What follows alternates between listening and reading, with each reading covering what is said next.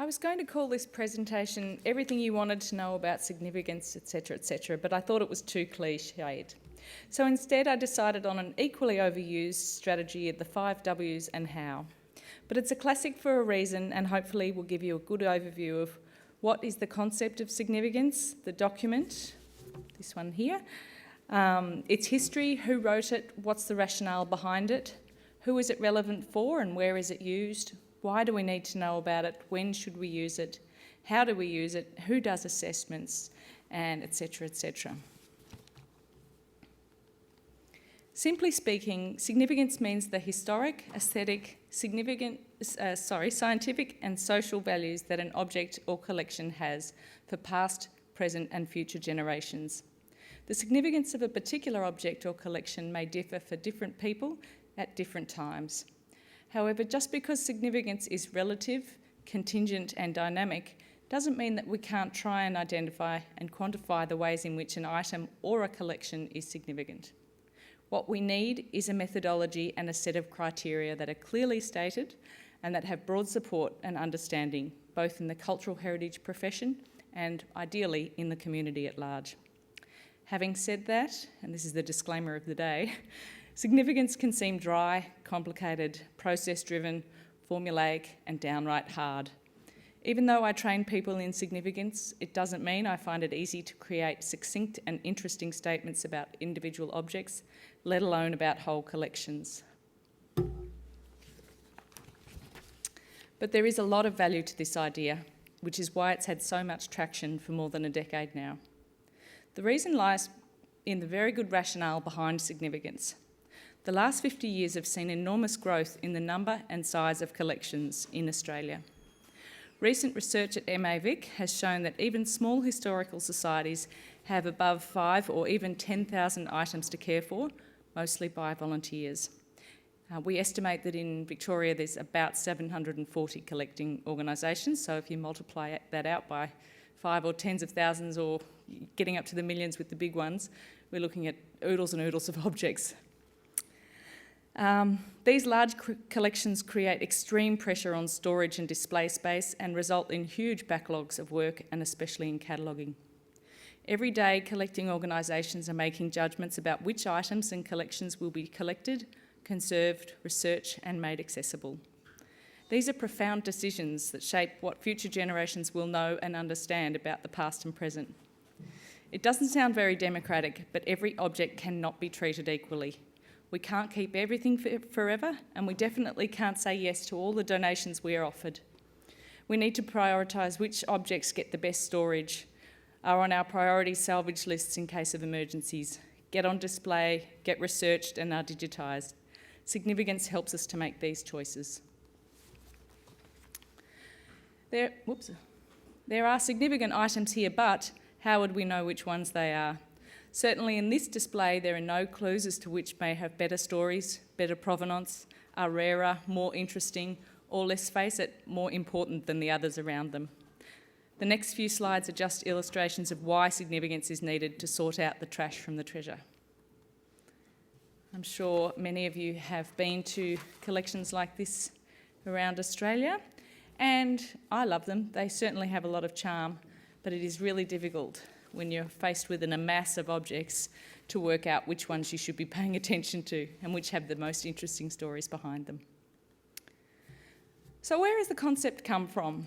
Some museums have long been preparing statements of significance on individual items in their collections or on collections as a whole. Often this was done as part of the process of assessing the item for potential acquisition and was usually done by the relevant curator. They might not necessarily have always used the terminology statement of significance, but they were making the same sorts of judgments and decisions about importance. The assessment of significance has been widely used in the areas of built heritage and architectural history for at least 30 years, and much of the significance methodology we know today is drawn from principles for heritage places. The Australian ACMI Charter for Conservation of Places of Cultural Significance, which is known as the Borough Charter, is particularly relevant. You might be interested to know that the two principal authors of the 2001 version of significance, Kylie Winkworth and Rosalind Russell, hail from New South Wales, which helps explain why the concept and practice of significant assessment or studies has had a better take-up in that state than here in Victoria, where it has been a later trend. Now, it's not just parochialism because New South Welshmen like the fact that their compatriots wrote the book. It's because there was more training easily available within the state of New South Wales. Significance is for small institutions like the Birchip Historical Museum on the left, large institutions like the Australian Museum up top, as well as for the other members of the GLAM acronym, galleries, libraries and archives. Significance as a concept and a process is a broad church and is meant to be useful for all organisations, agencies and owners who hold collections. But mostly it is useful for the people who work in these collections. And by this I use the very broad term of collection managers, but I don't just mean you have to have the title collection manager. In this I include archivists, conservators, curators, librarians, registrars, researchers and students, whether they do their job as volunteers or paid staff. Significance assessments in museums as a structured process is an Australian concept, but is already catching on overseas as a useful process. So we should be proud of that. All collecting institutions, and presumably private collectors too, collect things which they believe are important. They expend their resources in caring for these items to enjoy them now and to preserve them for generations into the future.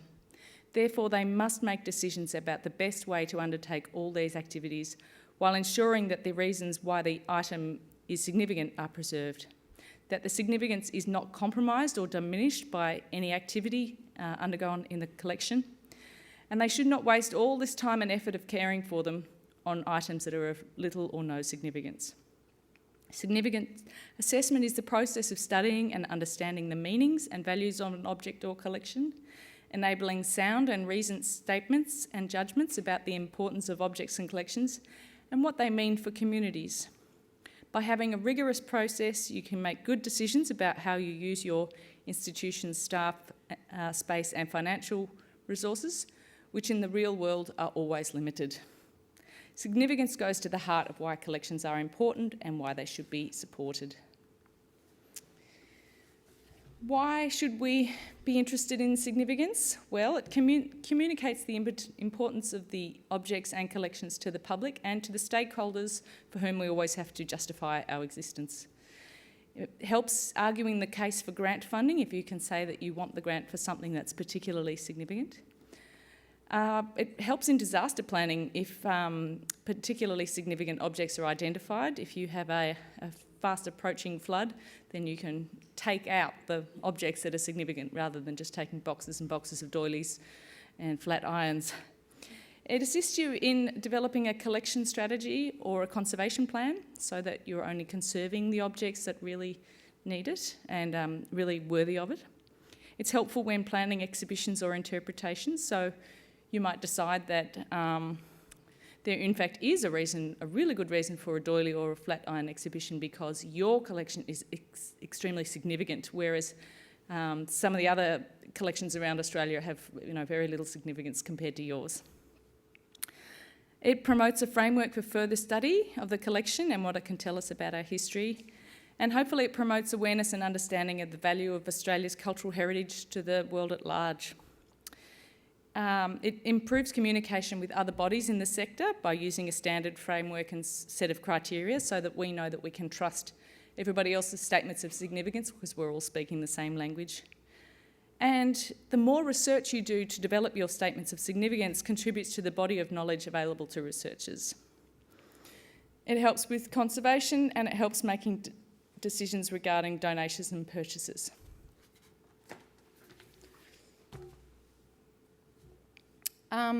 This is a noble concept, but one which I think we really have to start embracing. Ideally, significance should guide all the decisions about the life of the object in the museum, from the minute it comes in to hopefully its life with us and in the unlikely event that we might wish to dispose it. So it's useful, as we all know, to document the provenance and context of an object when it comes into the museum, as it's really hard to get it later on once you've lost the donor's details or they've moved away. I'm on the acquisition committee at the Chinese Museum here in Melbourne, and I'm happy to say that we use the process of significance whenever something comes into the collection for deciding whether it's going to be permanent or not. The curator makes a recommendation against all of the significance primary and comparative criteria, which makes it really easy for the acquisitions committee to then decide whether it's worthy or not of including. If you have a cataloguing backlog, then I'd recommend that you start with cataloguing the significant items. Store the significant items in better conditions than the other items. Perhaps significant items deserve to be on display or digitised online to create better access. And you can invest your time researching and interpreting significant items rather than just starting in box 1 of room 1. And if you are undertaking deaccessioning or disposal, it's a useful exercise to try and look at the item through the criteria of significance. If you can't match any of them, and it's unlikely you'll ever know that information, there is a good chance that an item could be identified for deaccessioning to free up valuable space and resources in your collection for more significant items. This is how I'd recommend you go about the process. The very first one is more of a political one. You want to make sure that everyone in your organisation's on board that this is something they want to do, particularly with committee-run collections. You don't want to all be arguing about whether this is where you should be spending your time. So at the top level, get agreement that this is something that you'd like to do. If you'd like to engage a professional, and that's the decision that you need to make, whether you should engage someone externally or whether you feel that you've got the skills and capability in-house.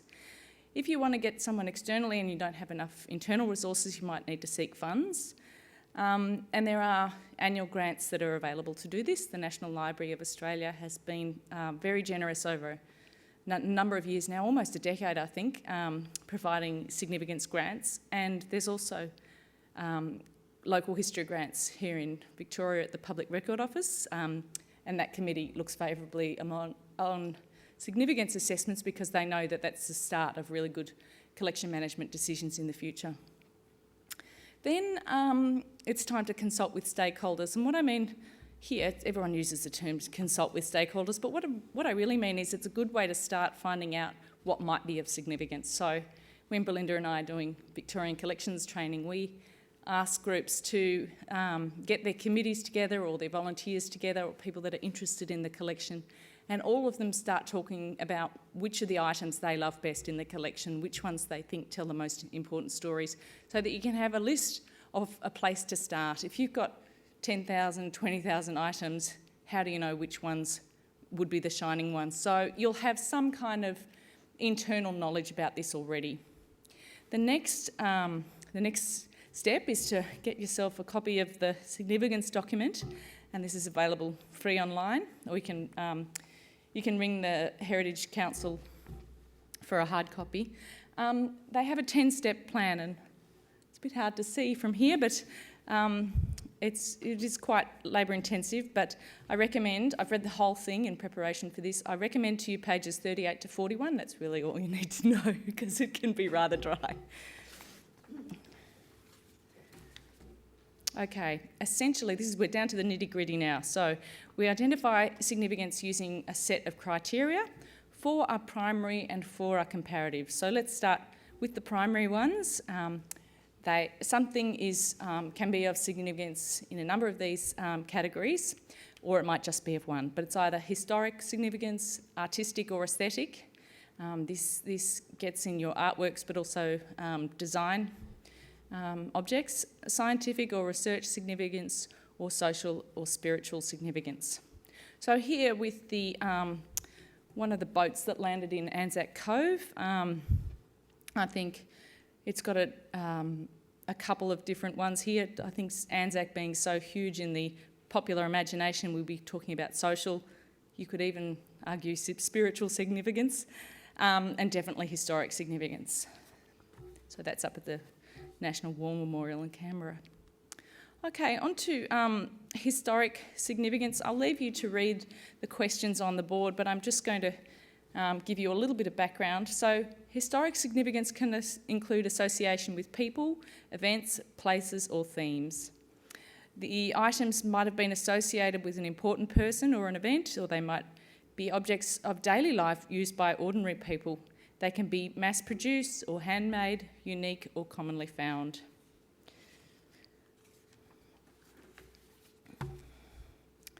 Aesthetic or artistic significance is about an item which could be significant because of its craftsmanship, its style, technical excellence, beauty, which is hard to judge. It is in the eye of the beholder, but you'll get most people agreeing, hopefully. Its demonstration of skill, the quality of the design or the execution. Again, it might be mass-produced or individually made. Aesthetic significance can be subject to the vagaries of changing tastes and fashions, and you will find there'll be disputes in this area. But if you break the task down into specific attributes, you can avoid some of these problems. Also, your significance assessment is a signed, dated document. It's not an anonymous edict, so make sure that it's your assessment and you're claiming that it's not universal. It is, after all, it does change with people and with time. Scientific or research significance generally applies to biological, geological and archaeological material, but documentary or archival collections also have research value as a potential source of data for future analysis. For example, historic national census data might have huge potential for scientific research, such as on health and epidemiological issues. The term scientific can be misleading here because objects significant to the history of science or technology should be assessed under the criteria of historical significance rather than scientific. An old microscope, for example, is not necessarily of scientific or research significance. An item or collection has research significance if it has major potential for further research, examination or study. An archaeological artefact or collection can have research potential if it is provenanced and well documented when unearthed and collected. The collected papers of a particular individual may be an essential source for writing her biography. So if you've got archival documents, it's likely that they could fall into this, this category.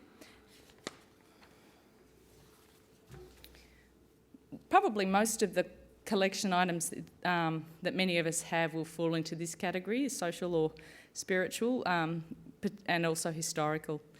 Objects which have social significance are those which are held close to the heart of the community. Such items may contribute to that community's identity and social cohesion. Objects can acquire social value over time. However, the term social significance in this context refers only to the esteem of living contemporary people today. So if it was held in high value to people in the past but not now, then we would assess it under historical significance. So it's a bit confusing, but hopefully your object will get through if it's significant anyway. Spiritual value may be shared by a community or possibly held by an individual or small group. Some objects have intrinsic spiritual qualities for particular groups of people and belief systems. Such objects are referred to as sacred objects. In the museum context, objects made by Indigenous people may be included in secret or sacred artefacts, might end up being of spiritual significance. Now, if you've got a religious archive or collection, I think it's going to be difficult for you to be able to make some differentiations between everything. If it can't all go under religious significance, so you'll have to use some of the comparative criteria, which are coming up, to determine amongst them.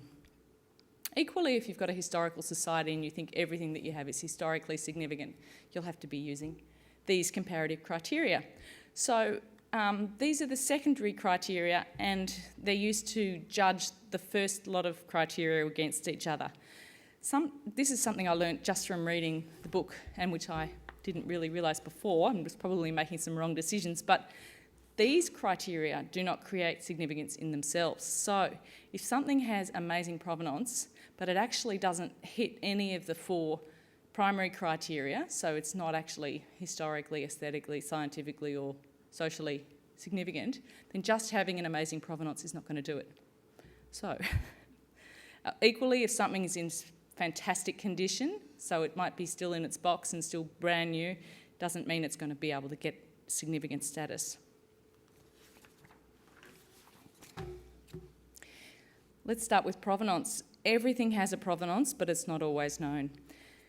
And that's so frustrating when you have a collection of legacy items that that have no donor information or you have no idea about.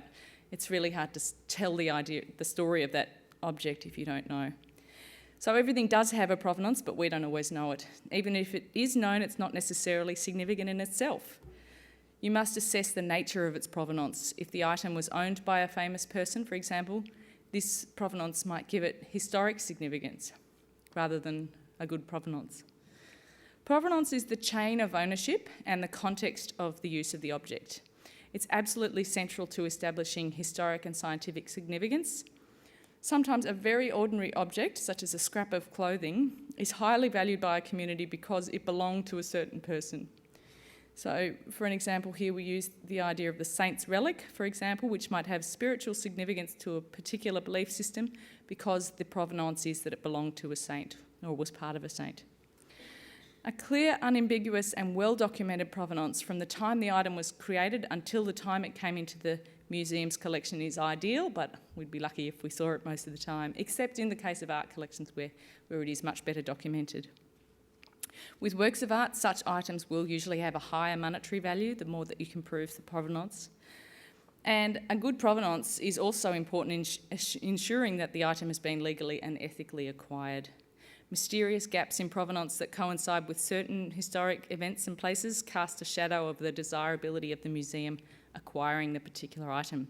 Was it illegally unearthed from an archaeological site in Iraq? Was it stolen during the Second World War? Archaeological material without a documented provenance can be of little or no significance. It just looks like so many pieces of dirt unearthed, so many chips of plate or small rocks. Or they might only be of aesthetic significance if they're particularly beautiful plate chips. But they can lose all historic and research or scientific significance if they have no good provenance. So the first question you really need to ask of all of the items in your collection is who owned them, used them or made the object? Where and how was it used? What's its place of origin? And do you have any documentation that can help you to prove any of this? The next comparative criteria, most people think it's two, but it's actually one. Is something rare or is it the opposite of rare? Is it very representative for the type of object it is? So with representativeness, we ask, is this a good example of its type or class? Is it typical or characteristic? Does it represent a particular category of object or a particular way of life? Such an object might be an example of something that every home had for a certain period of time. In fact, with my home has now, a rotary Hills clothes hoist. We might have taken these things for granted at the time, but if your collection claims to represent domestic technology in suburban Australia in the 1960s, for example, the lack of a Hills hoist might be seen as an obvious gap in your collection. So not at all rare, but definitely representative. Some objects are highly regarded because they're unusual or particularly fine example of their type, something that's singular or unique. An item might be rare because it is particularly well documented for its class of group. It may have special qualities that distinguish it from other objects, and it might be the only one in good condition. The item might have been common once, but very few have survived to the present day because they were inherently ephemeral in their nature, or they were just taken for granted and thrown away. If you think, for instance, about the sorts of things we find in archaeological digs, which were at the time the rubbish of the day, so we're looking at buttons and toothbrushes and medicine bottles, all of those things we get really excited about now, not because they in themselves are significant items, but because they were once so popular, but everybody chucked them away, and now they're all we really have left. Other things that are rare from the moment they're created, some artworks, obviously, most artworks that are not reproductions would fall into this category. Even some natural history specimens, such as type specimens, which are the first ones ever discovered and given that particular name. This was an interesting example. Even a photograph of a common event that was rarely photographed or recorded, for example, a funeral, can be considered rare from a particular time. An object can be both rare and representative at the same time. And an example of this might be an Aboriginal Australian possum skin cloak. Surviving examples of these today are very rare. Only about 10 exist in public collections, and yet they are representative of a type of clothing common amongst Aboriginal people in southern Australia before European arrival. Oh, I think I went the other way. There we go. Generally, better condition adds to significance. However, there are many exceptions to this. So in this example, the photos on the board, we've got two examples of a porthole, one that's been unearthed from a shipwreck and another that's brand new and has been sold in a shipwright's shop. So good condition for the bottom one doesn't mean that it's significant because it's very everyday, but the one that's in bad condition at the top, it can tell it a lot more about it, so it actually ends up as better significance. Signs of use and wear and tear, which some people might instinctively describe as poor condition, can add to significance. For instance, the worn threads in the knee area of a 19th century domestic servant's frock might reflect her daily work pattern of scrubbing floors. The damage means the frock gives us much more information than one which was never worn. Something has integrity if it is complete or in sound original condition. Missing elements detract from integrity.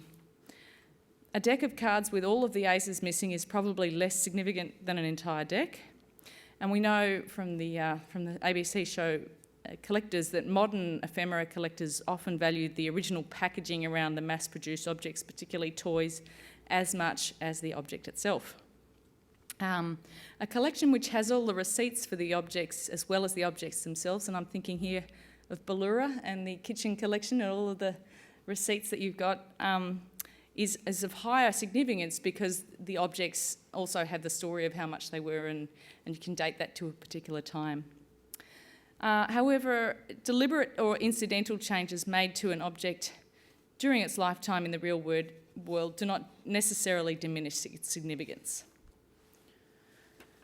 The final one of our comparative criteria is my favourite one, and it's interpretive capacity, and it's also the one which is probably the most up for grabs, because what we're asking is, does the item have the potential to interpret and demonstrate stories, aspects of human experience, historic or scientific themes, or people and activities?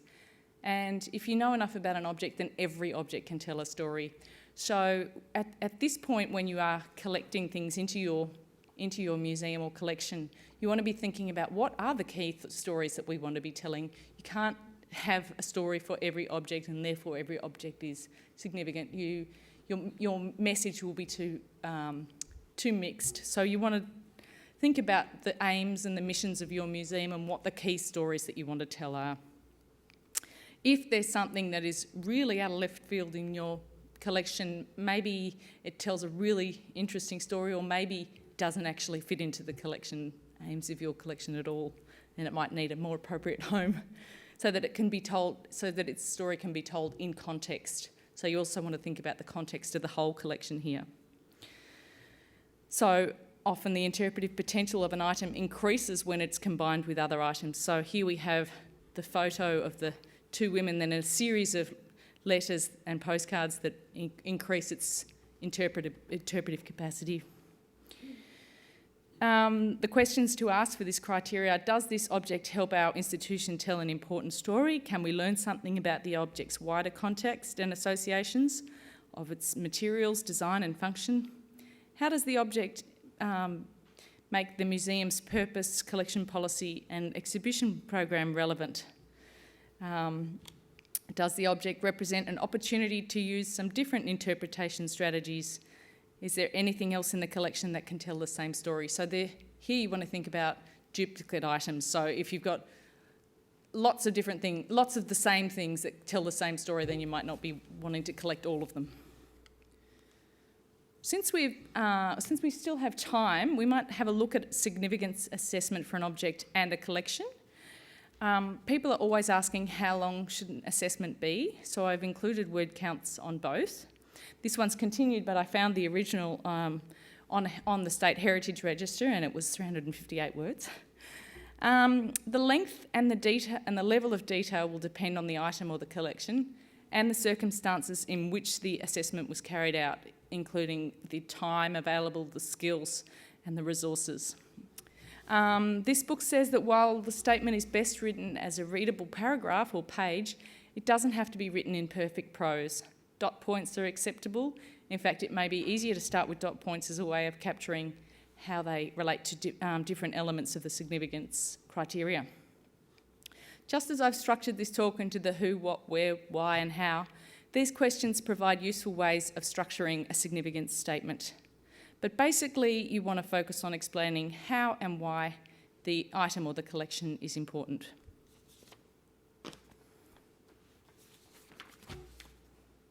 And here's a statement of significance for an entire collection, and it's much shorter than the one for just one object. I met the volunteer who wrote this description, and she told me that she really enjoyed the process of writing it, but she agonised about getting it right because A, it was going up on the internet, so she felt like it was really public, but she also really wanted to convey exactly why the collection was so important. Not just to her, but also important to the whole nation. So if you're reading it, you'll notice a lot of value-laden adjectives, and it's rather than being written in a dispassionate, clinical kind of way.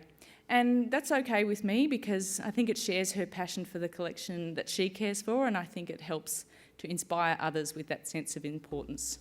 So I don't think that your collection description has to be boring. MA Vic and Culture Victoria are currently asking collections all around Victoria to fill in a survey which captures their most important contact information, the size and scope and age of their collections, and also their significance. I've personally written to 521 organisations asking for this information, and so far we've had 160 responses, which is pretty good, but we'd like to get more. The data that we receive will be displayed on the Victorian Collections and Culture Victoria websites, so it's great promotion for your organisation. If you haven't already filled in the survey, there's the link, and I urge you to do so. We even have a prize on offer, which is a $100 book voucher or an archival product voucher to make it worth your while. So sorry for that little plug at the end, but this puts everybody's collection into the whole picture of Victoria. And we think will help to make the case for why collections are significant generally. Thank you.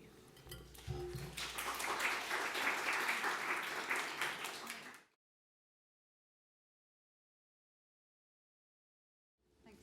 When you were explaining the primary and comparative criteria, it seemed to me that the comparative criteria were less subjective, that like they're actually...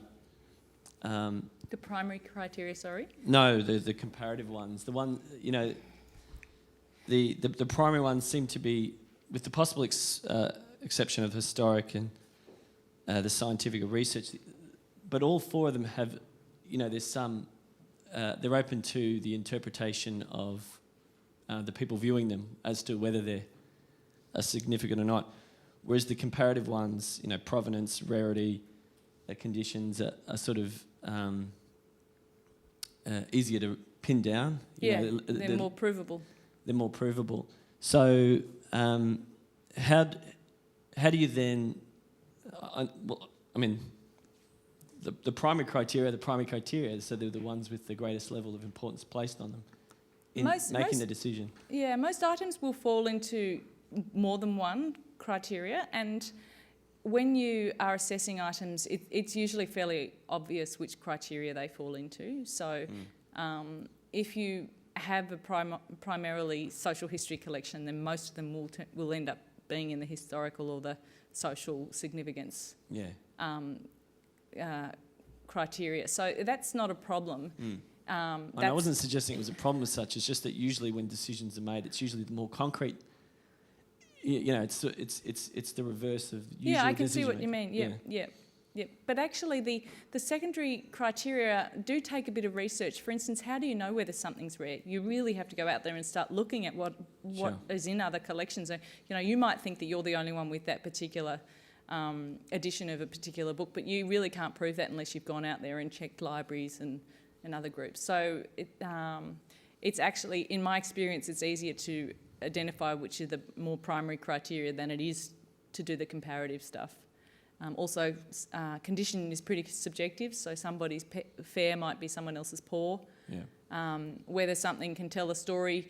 If you've got a group in your acquisitions committee that are really, really, really keen on an object, they can push pretty hard on that one. For instance, sure. I've had a case where something was really not within the collection policy of the museum, was way too big for our storage area or our exhibition area, but they wanted it so badly that they just pushed and pushed and pushed for its interpretive capacity, and ended up getting it through against some of our advice. So sure, and presumably the same sorts of criterion could be used when decisions of what to display or not to display.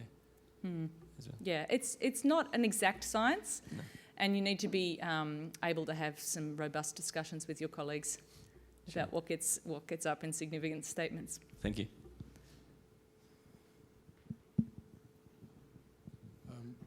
Do you see significance assessments for individual objects going hand in hand with the cataloguing process, or is this something separate and subsequent?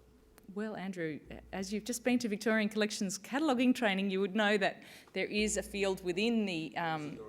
That wasn't Dorothy Dixon, thank you for that. We do see it as part of the cataloguing process. If you're going to spend all of the time creating a catalogue record for something, it's not too much of a stretch to at least have a think about how it rates against both of this primary and secondary criteria. And sometimes it's only worth a sentence to say that it is of historical significance to your collection because of blah. It's the last surviving photo of this family who were really important in this district. It can be as small as that. We're not asking for hundreds or 300 words for each item. Just try and justify why it's there. If you can't justify it at all, and we've had some people in our workshops that really reach for significance, really reach, and you feel like saying, just give it up, it's a butter dish, you know, it has no significance really. And it probably should have stayed in the op shop rather than at your collection.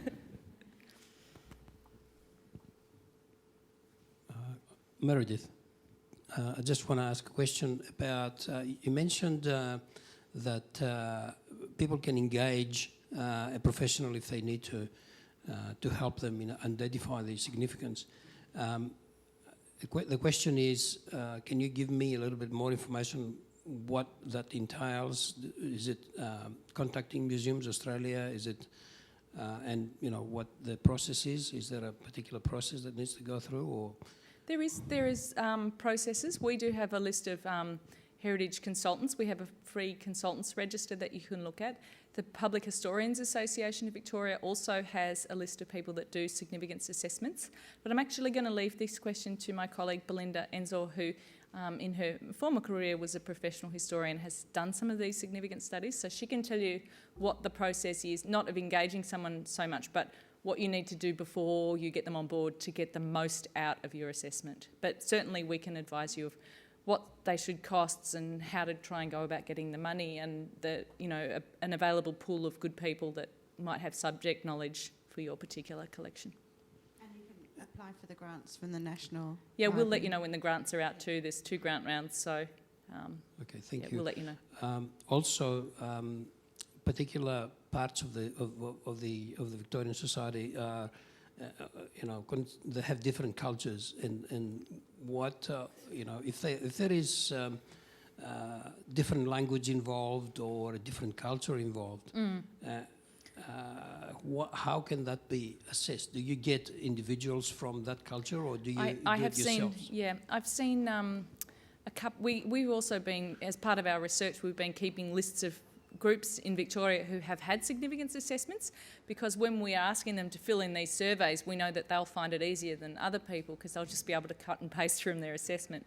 And while doing that research, I noticed that there were a few ethnic groups. I'll just mention that Yakovos represents a Greek distributed community collection around Victoria, and so the Polish and I think the Croatians have had assessments done, and they have had them done by historians who share that background, and so that certainly makes the language easier, but also, the expressions of culture within the Greek community, they'll understand what is significant over other people that might not share that. So Thanks. one of the things you can do to start is to start putting the feelers out in your community about who has historical skills. Thank you.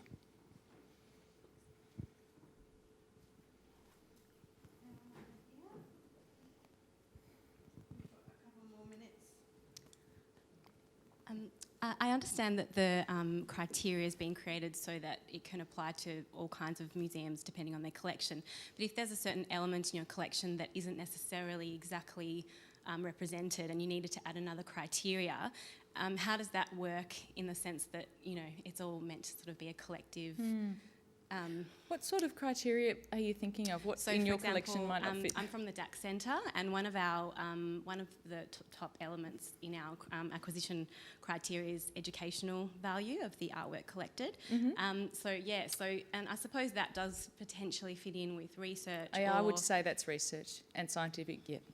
Okay. And in terms of so education, you wouldn't create a new criteria; you would just fit it into the most appropriate one. And education also fits into interpretation. So interpretation is done for the purpose of sharing that story in a different way, so like exhibitions. So it could straddle research or interpretation quite easily. I wouldn't be starting a new category because then your structure won't fit with other people's structure. Which is not a huge problem, but a lot of brains have gone into this process, so hopefully they've thought about things that fit most groups. Thank you. And I guess as well, just the question of subjectivity, and I suppose that's obviously, the biggest thing and changes over time, and just your thoughts on how to respond to that. How often are you supposed to revisit the statements and potentially update them, or is that, I can't ever imagine having enough time to do statements for everything that you needed to do them on anyway, let alone going back and doing it again. I also can't imagine ever getting funding to do another significance assessment. I think that one of the slides said that you should name it and date it. Yeah. And if you do try and agree on significance as a committee, you might get around that subjectivity a little more because it's more than one mind. So you can either say, well, look, this is this person's particular thoughts, or as a group, we've all decided this, which might make it stronger. Either of those techniques. Thank you.